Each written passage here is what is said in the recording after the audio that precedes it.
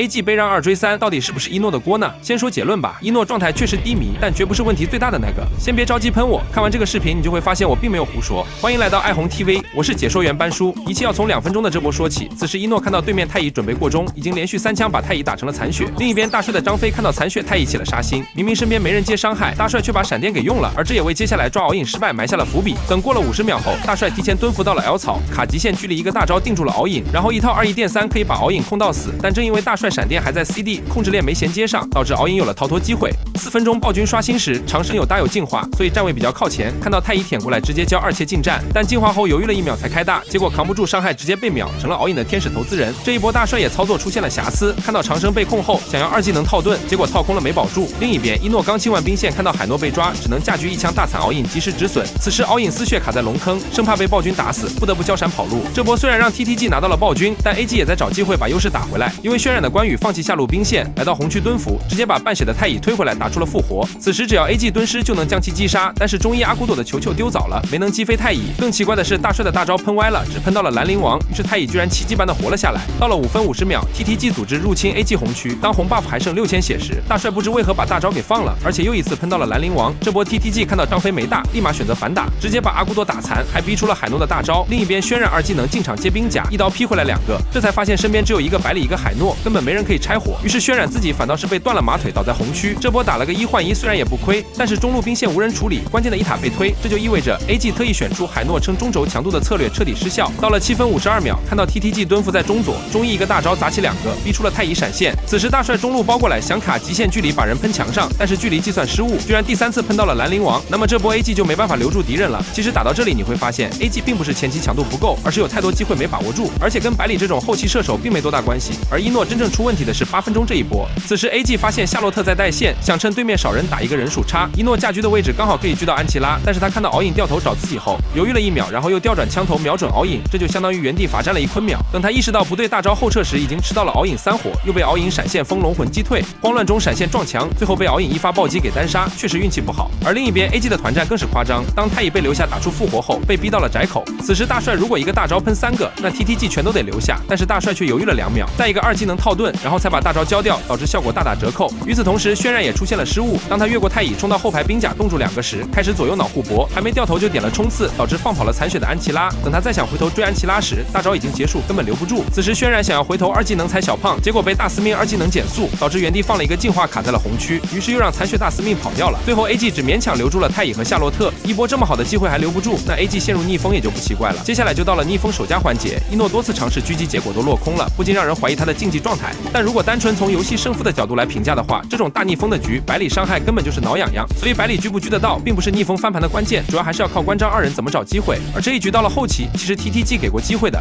14分20秒，太乙2技能舔海諾時，剛好被海諾位移帶到了塔下。此時如果張飛噴大，關羽繞後，形成2面包夾之勢 ，AG 翻盤的機會很大，但是渲染猶豫了2秒，等太乙都退到2塔了，才2技能踩進人堆，反倒是被敵人給斷了馬腿。此時大帥不得不大招幫他拆火，於是 AG 錯過了一波最佳的翻盤時機。接下來 TTG 拿完主宰準備推高，此時如果 AG 激發自己的韌性，或許也能夠手贏，但沒想到穩了一整局的中義選擇幹了波大的，他居然直接在高地放生球球，再2技能往前滾，把保命技能全交了，於是立馬就被安琪拉給秒了，這就導致 AG 正面少人，面对3路龍兵壓力根本守不住。此時正在清線的一諾被敖影3火打了一套，讓他瞬間回想起了8分鐘被單殺的畫面，但他卻一點都不害怕，而是出裝上放棄了幽影修劍保命，選擇把傷害拉滿。他明白，就算這一局輸了也不打緊，因為寶教已經在決勝局的10樓藏了一手神秘的藍色生物。